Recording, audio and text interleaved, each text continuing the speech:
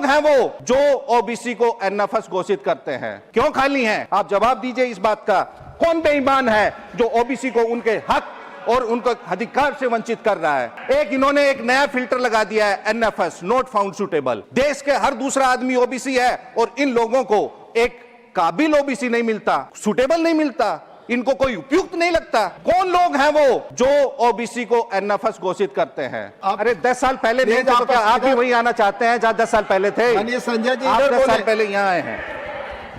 महोदय, ओबीसी को मिलने वाली 9 लाख नौकरियां उन्हें नहीं दी गई है। अगर ओबीसी इस देश का हर दूसरा आदमी आपको एनएफएस लगता है तो आप उसको अपने बराबर लाने के लिए क्या कर रही है, आपको इसमें मेंशन करना चाहिए। 26 साल मंडल कमीशन के लागू होने के बाद भी आरक्षित कोटे की, ओबीसी आरक्षित कोटे की 7% वैकेंसियां खाली हैं। उन लोगों की जांच करनी चाहिए सामाजिक पृष्ठभूमि जो लोग जन्म से अपने आप को श्रेष्ठ समझने के अहंकार में पले बढ़े हैं, जो अपने ओबीसी को अपने से नीचे को तुच्छ मानते हैं, उनको लगता है कि सब लोग एनएफएस हैं। आजादी के 78 साल बाद भी और मंडल कमीशन लागू होने के 28-26 साल बाद भी आज ओबीसी विश्वविद्यालयों में क्यों नहीं है? अगर हम इन वर्गों की बात करते हैं तो हम जातिवादी, और इन जो वर्गों का हक खाते हैं वो राष्ट्रवादी। हम पिछड़े दलित, दर्दमंद और जरूरतमंद की बात करें तो जंगल राज वाले, और आप इंसान से इंसान को लड़ाओ, नफरत पैदा करो तो आप मंगल राज वाले। वाह जी वाह। बीजेपी शासित राज्यों में ओबीसी समुदाय के लोगों के साथ जबरन उनका घर तोड़ने, बिना नोटिस कार्रवाई करने और भेदभाव की खबरें सामने आ रही हैं जो सीधे तौर पे उनके संवैधानिक अधिकारों का हनन है।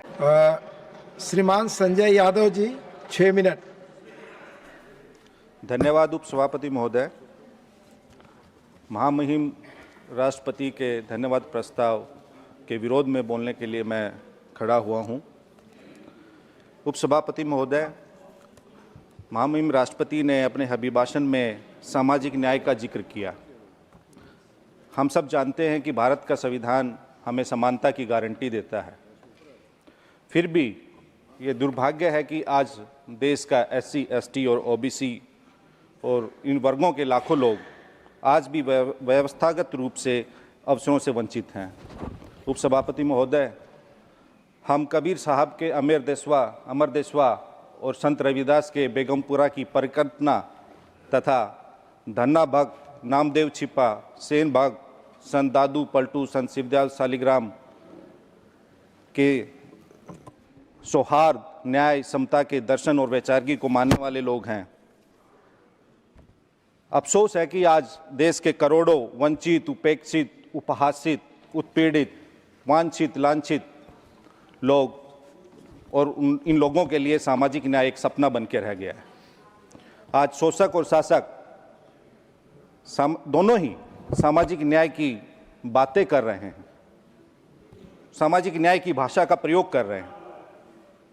शासक सामाजिक न्याय की बातें अपने विशेषाधिकारों और अपने हितों की रक्षा के लिए कर रहे हैं, न कि वंचित वर्गों के उत्थान के लिए। पिछड़े और हाशिए पर रहने वाले लोग आज भी समान पहुंच, सम्मान और समान अवसरों की प्रतीक्षा कर रहे हैं। OBC for this government has became only भाषण कंटेंट। इस सरकार में ओबीसी की मौजूदगी भाषणों में तो खूब बढ़ाई गई है, लेकिन उनके हक अधिकार के पटल पर चौगुनी घटाई गई। इस सरकार की नीति और व्यवहार में भारी अंतर है। ओबीसी को लेकर इनकी कथनी और करनी में जमीन आसमान का अंतर है। आज के भारत में इस सरकार ने एक नई सामाजिक न्याय की राजनीति की शुरुआत की है, जिसमें नाम सामाजिक न्याय का लेकिन काम सामाजिक अन्याय का। पोस्टर में ओबीसी, प्रचार में ओबीसी, लेकिन नीति, नियुक्ति और निर्णय तीनों से ओबीसी गायब है। महोदय, इस देश की आबादी का 60% लगभग ओबीसी है। क्या ओबीसी के साथ सच में इंसाफ हो रहा है? ओबीसी आधे से ज्यादा फिर भी अपना हक नहीं पाता। इस देश का हर दूसरा आदमी ओबीसी है, लेकिन क्या यहां बैठा हुआ हर दूसरा व्यक्ति ओबीसी है? क्या इस देश के सचिवालयों में, क्या इस देश के विश्वविद्यालयों में, क्या इस देश के आयोगों में, क्या इस देश के सार्वजनिक उपकरणों में ओबीसी निर्णायक पदों पर है? अगर नहीं है तो ये हम सबों के लिए एक सामूहिक मंथन, चिंतन और मनन का विषय है कि आजादी के 78 साल बाद भी और मंडल कमीशन लागू होने के 28-26 साल बाद भी आज ओबीसी विश्वविद्यालयों में क्यों नहीं है? केंद्रीय विश्वविद्यालयों में कितने कुलपति ओबीसी हैं? कितने एचओडी ओबीसी हैं? नहीं है। यूजीसी की अपनी रिपोर्ट है कि पिछड़े ओबीसी विद्यार्थियों पे ओबीसी आप अरे 10 साल पहले नहीं थे तो क्या आप भी वही आना चाहते हैं जहां 10 साल पहले थे? माननीय संजय जी आप इधर 10 साल बोले। पहले यहाँ आए हैं। महोदय, ओबीसी को मिलने वाली 9 लाख नौकरियां उन्हें नहीं दी गई है। अगर आप ओबीसी बैकलॉग की बात करेंगे तो 9 लाख से अधिक ओबीसी बैकलॉग है। 26 साल मंडल कमीशन के लागू होने के बाद भी आरक्षित कोटे की, ओबीसी आरक्षित कोटे की 7% वैकेंसियां खाली हैं। क्यों खाली हैं? आप जवाब दीजिए इस बात का। कौन बेईमान है जो ओबीसी को उनके हक और उनके अधिकार से वंचित कर रहा है?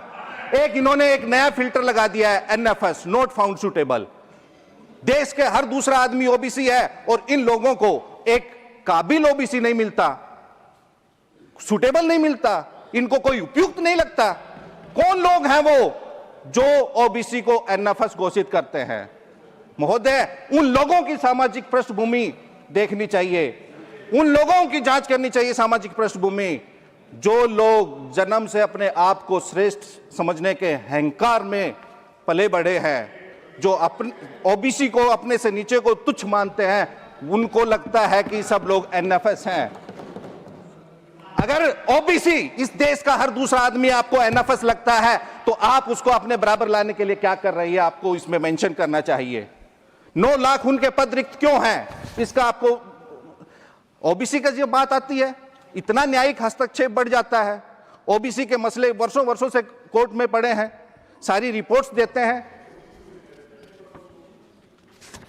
महोदय, बीजेपी शासित राज्यों में ओबीसी समुदाय के लोगों के साथ जबरन उनका घर तोड़ने, बिना नोटिस कार्रवाई करने और भेदभाव की खबरें सामने आ रही हैं जो सीधे तौर पे उनके संवैधानिक अधिकारों का हनन है।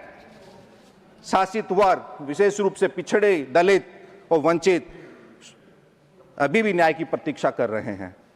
न्याय की राह अभी दूर दूर तक नहीं खुली है। दिखावटी उपाय तो किए जा रहे हैं, लेकिन शिक्षा, स्वास्थ्य, सेवा और रोजगार में व्याप्त गहरी असमानताएं अभी भी उलझी हैं। आइए हम सब सामूहिक रूप से स्वयं से पूछे, क्या हमने वास्तव में 78 साल में इस देश में वंचित, उपेक्षित, उत्पीड़ित, उपासित, वांछित, लांछित वर्गों के इन लोगों के लिए समान अवसर पैदा किए हैं? अगर नहीं किए तो क्यों नहीं किए? जवाब है नहीं। हम अगर इनकी बात कर, महोदय मैं अपनी बात खत्म कर रहा हूं, अगर हम इन वर्गों की बात करते हैं तो हम जातिवादी, और इन जो वर्गों का हक खाते हैं वो राष्ट्रवादी। हम पिछड़े, दलित, दर्दमंद और जरूरतमंद की बात करें तो जंगल राज वाले, और आप इंसान से इंसान को लड़ाओ, नफरत पैदा करो तो आप मंगल राज वाले। वाह जी वाह। यह लड़ाई केवल ओबीसी की समान प्रतिनिधित्व सुनिश्चित करने के लिए नहीं है महोदय, बल्कि यह सामाजिक गतिशीलता और गरिमा, समावेश और एक ऐसे भविष्य के लिए है जहां कोई भी हमारा साथी चाहे किसी वर्ग का हो पीछे ना छूटे। आप समय देने के लिए महोदय बहुत बहुत धन्यवाद। धन्यवाद संजय जी।